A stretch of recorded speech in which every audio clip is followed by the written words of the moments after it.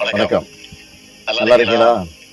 வர சண்டே திருவண்ணாமலை மாவட்டத்துல இளைஞரணியோட வடக்கு மண்டல நிர்வாக சந்திப்பு நடக்க போறதா தலைமை கழகம் அறிவிச்சது நீங்க எல்லாருக்கும் தெரிஞ்சிருக்கும். ஆனாலும் கழகத்தோட தலைமை தொண்டன் என்ற முறையில உங்களை முறையா அழைக்கணும் தான் இந்த வீடியோவில் பேசுறேன். நம்ம எல்லாரையும் உடன்பிறப்புகள் அழைக்க என்ன காரணம் தெரியுமா? எல்லா குடும்பத்திலையும் அண்ணன் தம்பி அக்கா தங்கச்சி இருப்பாங்க. அதே போல நம்ம கழகத்திலையும் எல்லாரும் அதே பாச உறவோட பழகணும் தான் உடன்பிறப்பேன்னு உறவு கொண்டாடுகிறோம்.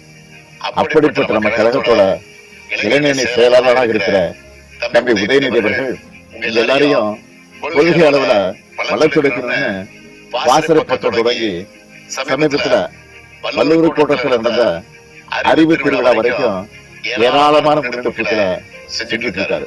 அதே போல கிரவுண்ட் வரிசைய நிர்வாகிகளை நியமிச்சிருக்கோம்னு உங்க பெயர்கள் அடங்கின பட்டியலை எங்கிட்ட காமிச்சாரு.